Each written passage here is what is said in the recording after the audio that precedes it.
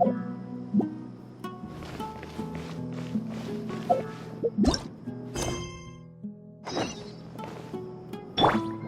the show begin.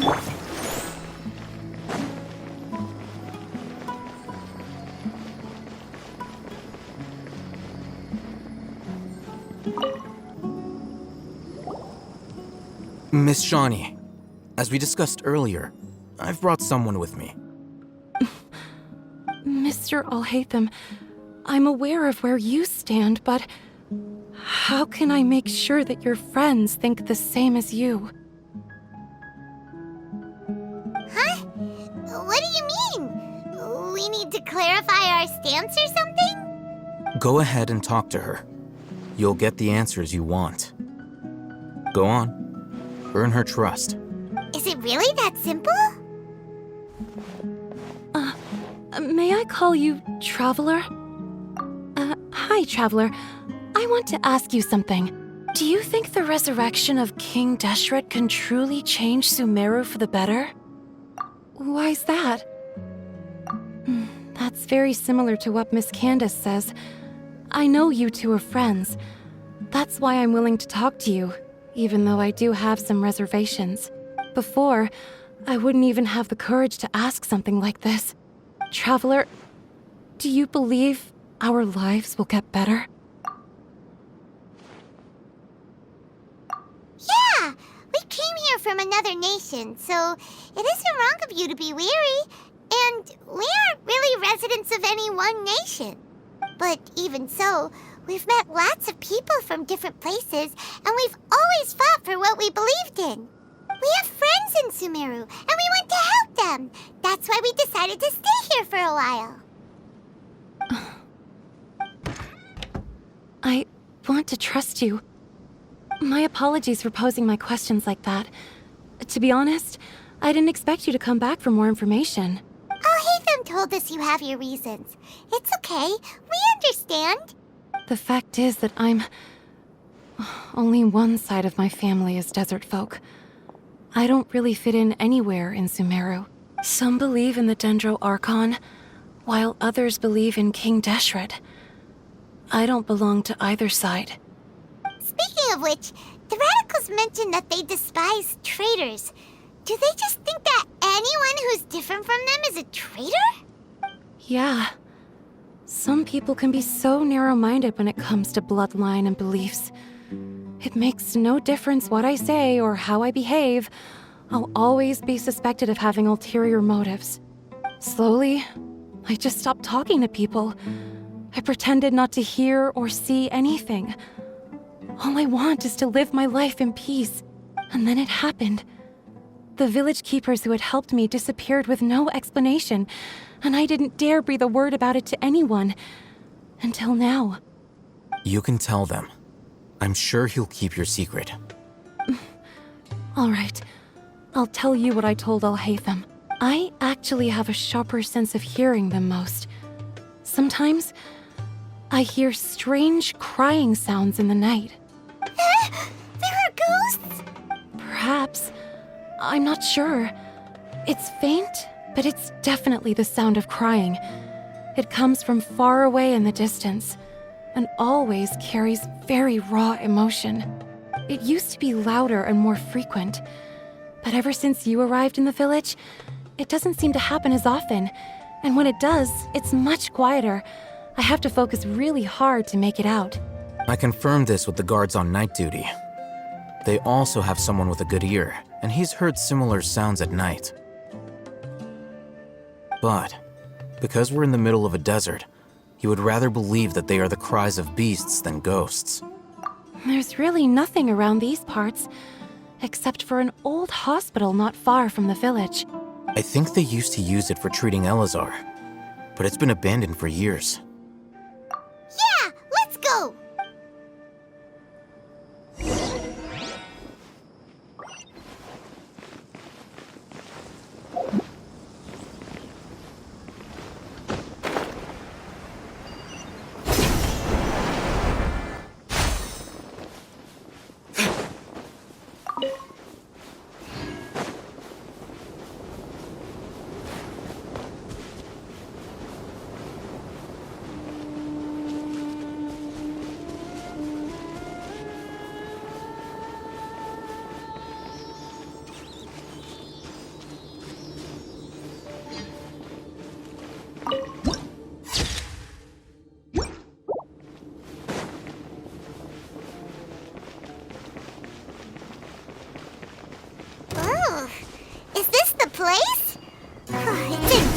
unusual shape. And there's sand everywhere. Empty and forgotten. An ideal place to hide people.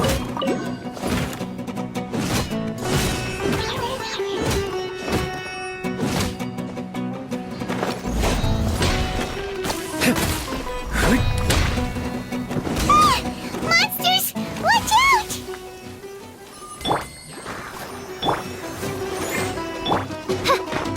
By royal decree.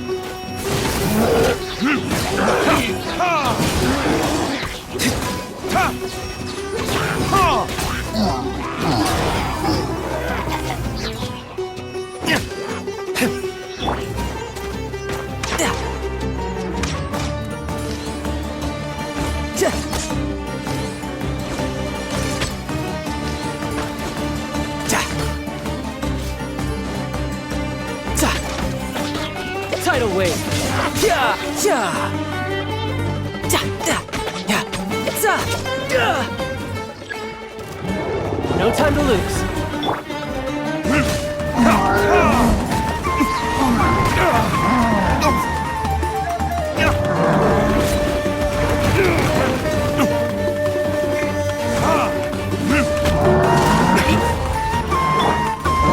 Let the show begin.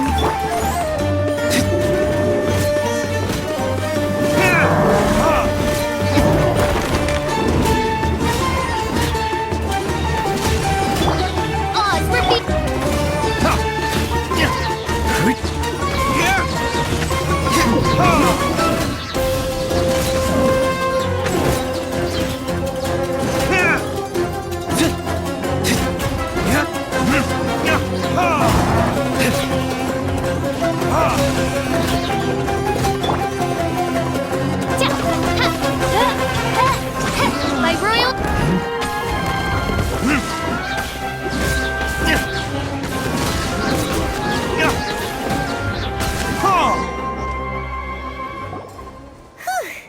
They were easier to deal with than Paimon had expected. Super strong bandits? Or monsters taller than buildings dropping out of the sky? Or, something like that. He looks super serious. We gotta stay on our A game too. This is the one.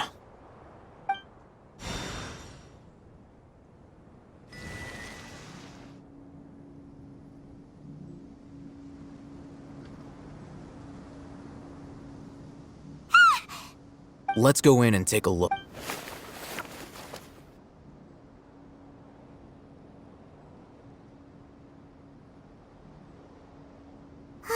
Hey, we haven't found Squad. Are you sure we aren't wasting our time here? Patience. Shawnee says she only hears the crying at night. We have time to burn. Until then,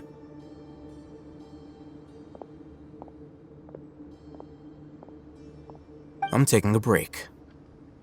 And just like that, he sits down. Wait, what are you reading? Let Paimon see! Okay, sure. Huh? The natural position, which is the positional propensity of an entity in natural motion in contrast with an object in forced motion? Huh? When free from external influences, every entity displays the tendency to follow its natural So, you got that? Oh, Paimon gives up. You keep reading your book. See ya! How is he so relaxed? Look at him, reading an impossible book in a creepy place like this. Hey, Paimon's your Tibet travel guide. Paimon knows plenty of useful stuff already. And anyway, is that Paimon's fault that the books people read in Sumeru are so complicated?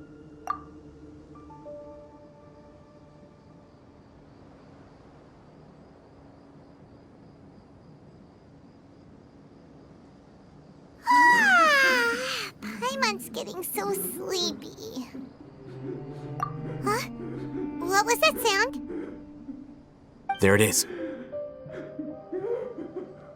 It's coming from that direction. Is the sound coming from here? Huh. Paimon's not seeing anything. It's from below. But there's no way we can get down there. Something is off about the interior here.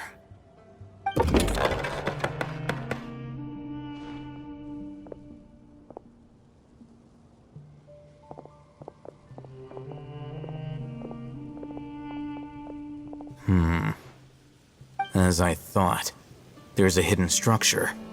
Wow. It's like they tucked another hospital into this one. Oh, it looks like there are other mechanisms around here. Let's keep it...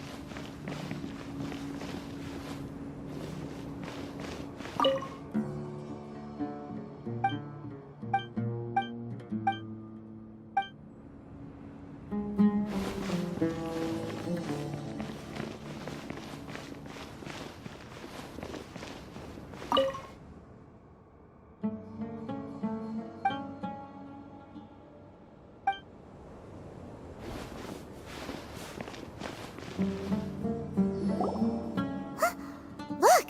There's someone over there! Good idea. Let's approach him slowly without...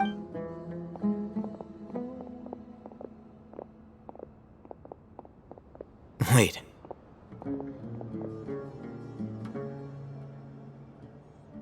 You're... He can't speak, and his eyes are unfocused. But but he looks too young to be anyone's grandfather. Also, why is he the only one here? Didn't expect to see him here. You know him? He's Razak, a senior of mine at the academia.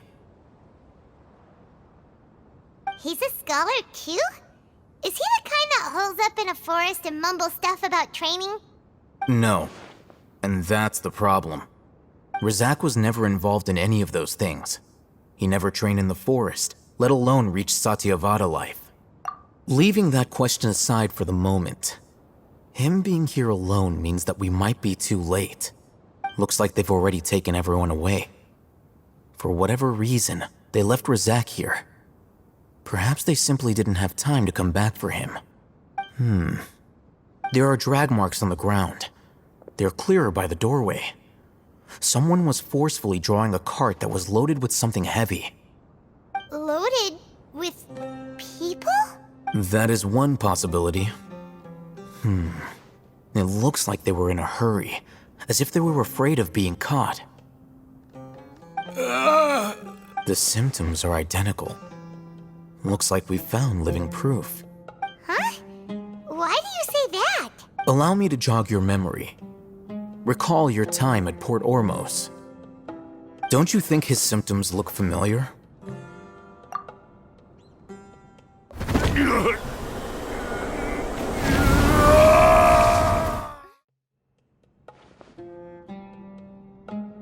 Oh, now that you mention it, they're acting the same way. Correct. The academia is behind all of this. It isn't difficult to deduce their rationale. First, the academia spread a false rumor of King Deshret's resurrection, emphasizing the role of the village keepers, the mad scholars who were exiled to Aru village. These rumors were all the persuasion that the radicals needed, and those based in Aru village leapt into action. Unbeknownst to them, of course, through rounding up the scholars, they were actually helping the academia. As well as being able to exploit the radicals for their own ends, this scheme has one further advantage to the academia. All the risks and responsibilities are offloaded onto King Deshret's followers. Life for the desert dwellers has been brutal ever since King Deshret's death all those years ago. Beneath the surface, feelings of desperation are widespread. Many would give everything they have for the prospect of something better. Anyone looking to exploit that for their own ends simply needs to make a few empty promises. Even if complications arise, people will see that those involved are all followers of King Deshret and look for no further explanation than differences of belief.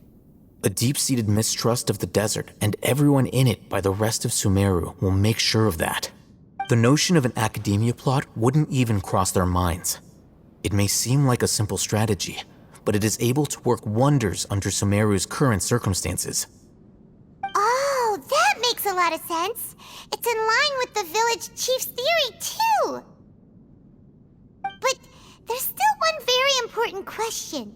Wasn't it the academia that brought the scholars to Aru village in the first place? Why does it want them back now? Throughout this process, one thing has changed. The scholars' identity. First, they were scholars. Then, they became lunatics. After that, they were exiles.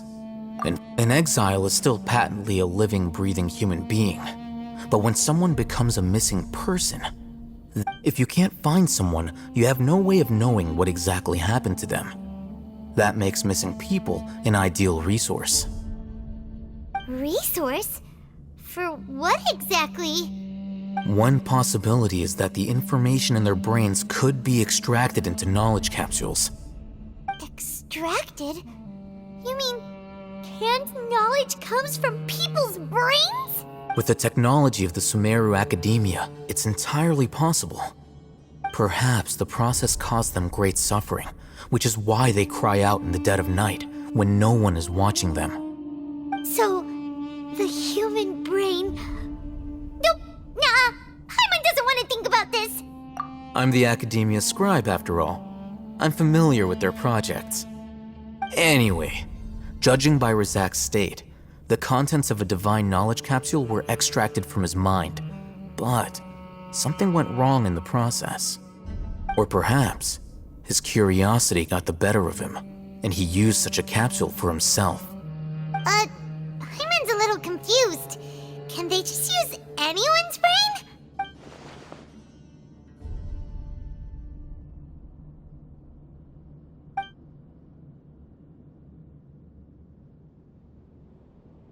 The look on your face tells me you've realized the answer. That's right. To some scholars, gaining knowledge about the gods is their entire life's pursuit. Extracting canned knowledge is just one of the extreme measures they turn to. However, I can't help but wonder, what do they seek to gain from divine knowledge? The academia is going out of their way to look for forbidden knowledge, but what is their ultimate goal? I've spent quite some time trying to analyze the contents of the divine knowledge capsule, but to no avail. It seems like my way of thinking is too different from theirs. You mean you're not even slightly interested in getting your hands on this forbidden stuff? All scholars seek to expand the horizons of knowledge, but I'm not particularly interested in gods, so I don't share their degree of zealotry. Extracting information from people as if they were lifeless objects? If this is the direction of academic progress, then the academia may as well shut its doors. Sounds like you're really against all this. Of course. The academia's actions run contrary to their rules. Whether it be academics or knowledge, everything has its boundaries. If those lines are crossed, the rules and order that govern everything in the world will be destroyed. This matter needs to be corrected, just like fixing a typo in a book. Wait, didn't you step in to help because you felt sympathy for those poor people? Not to be callous, but no. My criteria are a little more restrictive than that. There is no shortage of suffering in Sumeru, and the same can be said for the rest of Teyvat as well. What do you plan to do about that? Save every last person? Probably not. Paimon... You can say that. Simply put, I don't blindly place my faith into strength or heroism. I do what I want. The divine knowledge capsule is something I want to investigate in full. That doesn't mean I'm willing to take action for the sake of a few strangers.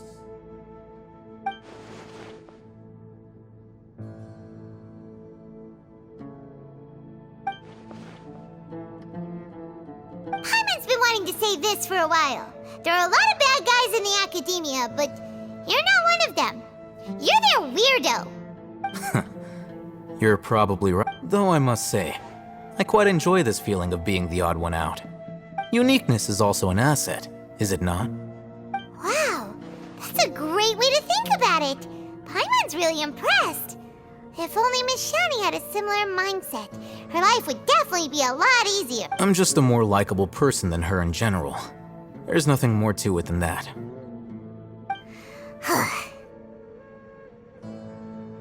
He won't last long if we leave him here.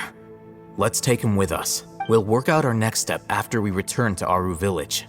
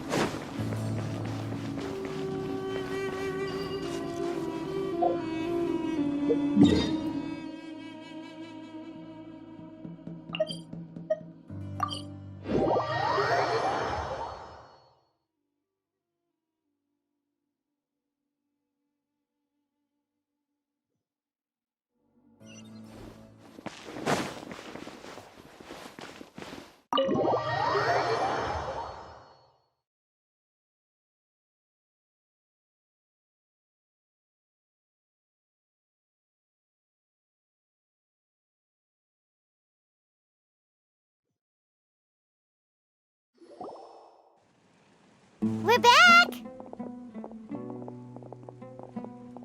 You must be tired. You should rest and take some water. What's the situation? Who's this? Unfortunately, somebody who's too young to take on the role of Isak's grandfather. Nevertheless, he's...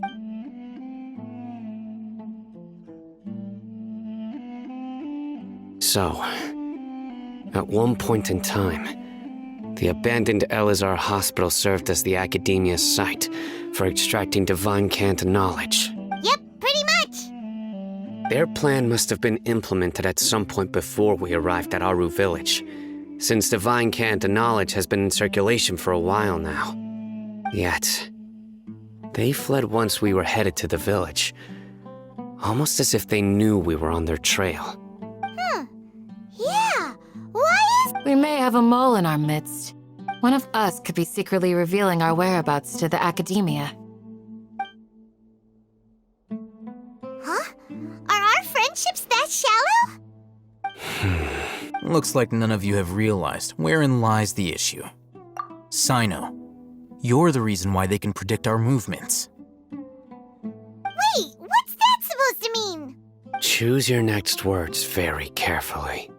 It is simply a logical inference. I have my reasons. So what you're saying is... Sino's the mole. Interesting. And here I thought you were the most suspicious one, Al-Haytham. I know. You have a point.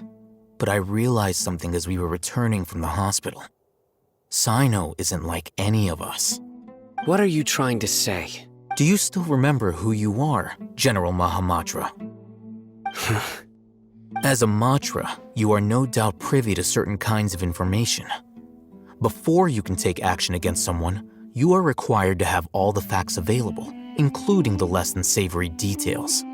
Simply put, the Academia has traditionally allowed you access to a wealth of sensitive information. Knowing their modus operandi, wouldn't you expect them to take precautions against you? If you want to raise a vicious wolf, you need to make sure that you can avoid its bite. The Academia is monitoring me? It's not that simple. The Academia has eyes all over Sumeru, but they have a special protocol for dealing with you. Every so often comes a Nyagarbaha Day. On this day, the Academia enters new information into the Akasha through knowledge capsules. I remember seeing a thick notebook next to the control panel once. Its contents were all about the General Mahamatra, his activities throughout the day, preferred methods of enacting judgment, everything. You're saying that the Academia entered my information into the Akasha too? But what's the point in doing that? My actions aren't important enough to be added into the Akasha. The Akasha is capable of computation. The Akasha's algorithms are entirely capable of predicting your movements using the data entered. When you would depart, the route you would follow, your destination. It predicted my every move. The Academia has been watching you longer than you think. However, the fact that you resigned is proof that their suspicions were well-founded. So that's how it is. Sino adheres to his principles so strongly that he's actually a thorn in their side. Tenacity of will and steadfast faith are worthless to the Academia. They need scholars who are easily pliable and mindlessly go after anything they can profit from. Sino, don't take it to heart. This just proves how much of a trustworthy ally you are. They escaped because of me. Don't blame yourself. It's not like any of us would have known. I have an idea. If they predicted my movements, then I might be able to guess where they went. Whoa, you bounced back fast. There is always an opportunity for safety after danger passes. Oh, so that's how it is! Paimon gets it now! If the Academia is trying to avoid Sino, then the safest place would be... Yep, that's right! They'll want to proceed in the direction opposite of where I'm going.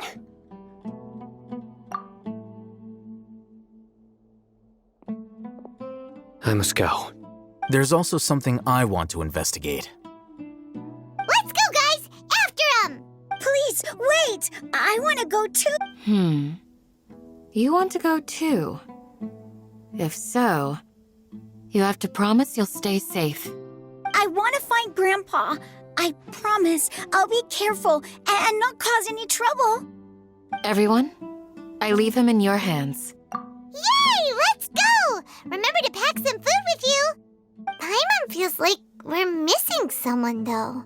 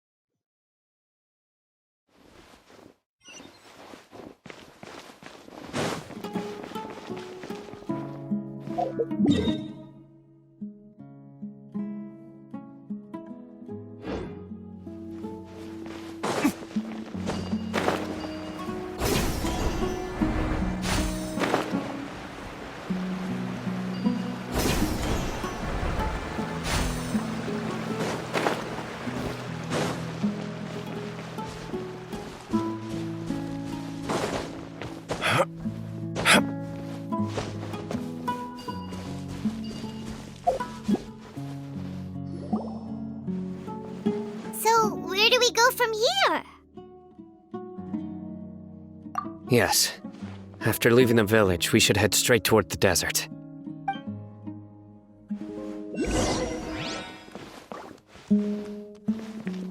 I know the desert like the back of my hand. Is that because you play here a lot? Yep. One time, Grandpa almost got lost in the desert, but I was the one who brought him back. There's something here. What's this? It's buried in the sand. Looks like we'll need to roll up our sleeves and do some work. And Paimon thought running around everywhere was already enough work. Okay. So, we have to dig it out? What up? These are likely fragments of an Academia-developed device, something akin to a headset.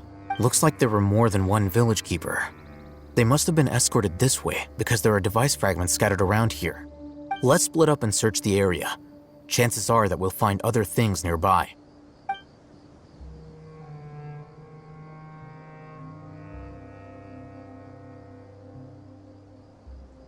Is this what we're searching for? It looks kind of scary. This is definitely a device used to extract divine knowledge. How did it end up buried in the sand? That can't have been part of the plan. They must have been attacked along the way.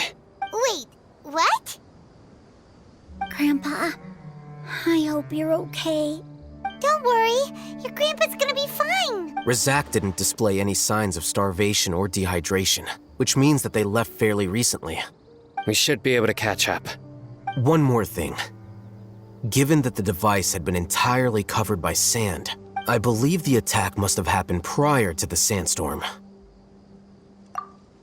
Let's keep going. They can't have gone far.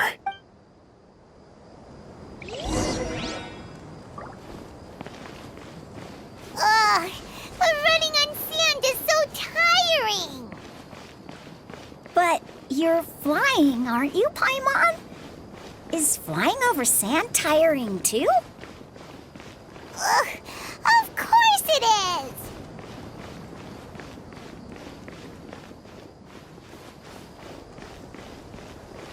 Voices, over there.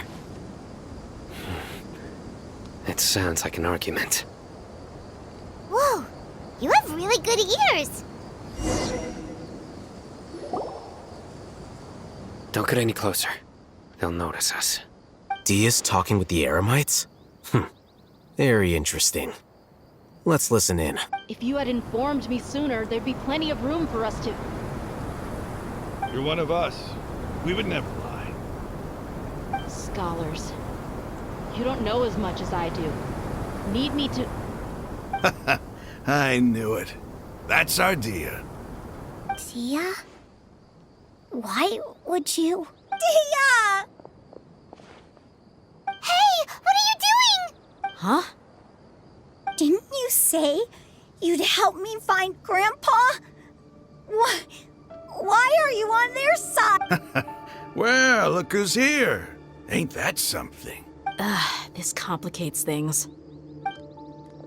You've betrayed Aru village? So, this is the great General Mahamatra. Dear, you'd be better off as my assistant than hanging around with this motley crew. Seen for yourself. I have the means and methods, and my ideals are far more admirable than... I'm not the type that's easily swayed, Raman. You of all people should know that. Wait, what's going on, Dia? Whose side are you on here? Shut it, Paimon. It doesn't matter. Whichever side you pick, nothing can deter us from the grand mission of resurrecting King Deshret. Once our Lord of Old returns to this land, we will... Face the facts, Raman. It's not gonna happen. You should understand that more than anyone. Have all your years as a merc taught you nothing about placing hopes in a ruler? I'm a desert dweller and a proud follower of King Deshret. Whether I live by the edge of the sword or in peaceful comfort, my soul will always carry this conviction. It's not too late yet. The village mad scholars aren't gonna bring King Deshret back to life. You don't understand, my dear lady. Pursuing our faith is our purpose in life. Even if the chance of success is 1 in a million, we must be willing to give everything we have. Even if it'll expose you to the academia? Even if they end up disbanding the Eremites? Your Eremites, which you've worked so hard for all these years? Yes. We've waited a long time for this day to come. The sun and the moon no longer shine here. All you see now is cracks in this desiccated land. But with these scholars in our custody, we'll stomp the Academia's forces and fight our way beyond the wall. Ridiculous. Think about it. The Academia controls the entirety of Sumeru. Your powers are negligible in comparison. If you still don't believe me, then try asking these 2 men. They're also against the Academia, but neither of them are as arrogant as you are. They look more like pawns of the Academia to me. Why would I listen to anything the people of Greater Lord Rukkhadevata have to say? Filthy traitors. Your god abandoned all honor and betrayed King Deshret. We desert dwellers will never trust the likes of you. It's impossible to communicate with someone so hostile. Perhaps we should. Do you really believe that by kidnapping the scholars, you'll be able to negotiate with the Academia? These people have no value as bargaining chips, but I could be persuaded to take their place as your next hostage. These scholars were exiled from the Academia. I, on the other hand, am their current scribe, and will be a much greater asset to you. Wait, you can't be serious. So, you want to trade places with the hostages, do you? Precisely. Any wise person would gladly accept my offer. What are you thinking? What if they decide to kill you instead? Well, that would be bad luck for me. However, I'd get the chance to observe the scholars, perhaps even find out the truth. Think you can talk me over with that confident look of yours? I'm not trying to persuade you. I'm using this as a means of joining forces against the Academia. You are the scribe. What do you have against the Academia? Not all desert dwellers believe in King Deshret, and the same applies to the Academia. Why must all knowledge seekers approve of the Academia's way of doing things?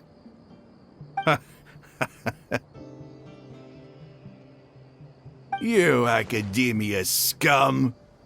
Every last one of you is nothing but a hypocrite, just like everyone else on the other side of that wall. I've made myself clear enough.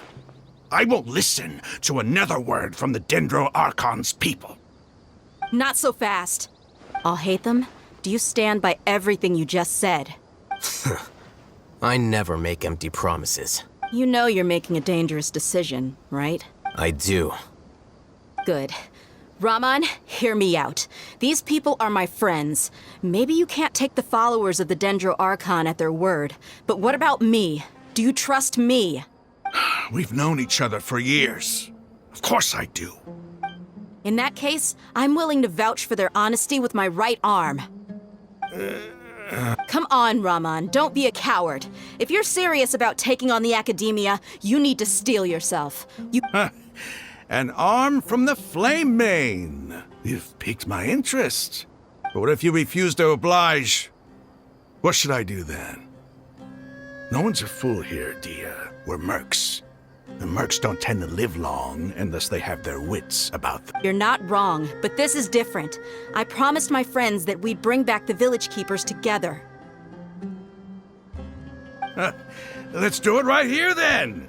Give me your right arm as proof of your resolve. Don't listen to him! He's not even trying to negotiate! He just wants to make things more difficult! That's fine. Are you crazy? We came here to save lives. One arm for that many people is still a pretty good deal, if you ask me. Raman, I'm holding up my end of the deal here. You'd better not let me down. Sure. Go ahead and cut off her right arm. No! Dia! What are you gonna do? Think of something! You don't have to go this far. That's not for you to decide. Do it! Dia!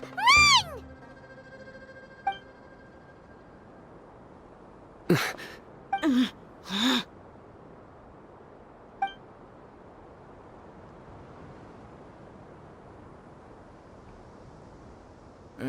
Stop! What's wrong? Can't do it? Flame Mane, you and I are both desert folk. Cutting off your arm is no different than cutting off my own fingers. You've shown me that you're serious. Go on now, take your friends and leave. Meet me in the desert at noon tomorrow.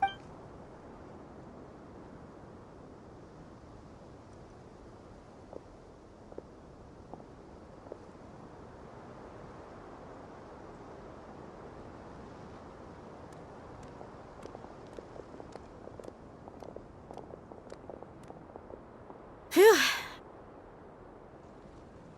I was really counting. Dia! That was crazy! Have you all lost your minds? What if he'd actually cut your arm off? Then I just have to hold my claymore with my left arm. Okay, I'm sorry. But sometimes when you're out on a limb, you gotta— Don't ever make a promise like that again. I can deal with the likes of them. If it came down to it, you would not lose to them either. I don't doubt it, Sino. But this is about more than me and them. There's a lot more where they came from. Even if we got rid of one bunch of radicals, there are others out there. Wiping them out would do more harm than good. As you wish. I'm sorry, Dia. I should have stayed put and listened. I should have trusted you. It's okay. I promised you I'd help find your grandpa, so I'll do whatever it takes. Whatever it takes? You just might be scholar material. Huh? Are you serious? The Eremites once said that I was a lunatic. Perhaps a little madness is essential to be successful in research. Why does it feel like he's using his praise for me as an excuse to brag about himself? Okay, let's get moving. We should head back to the village and rest up. Today was just a trial run. Noon tomorrow is gonna be the hard part.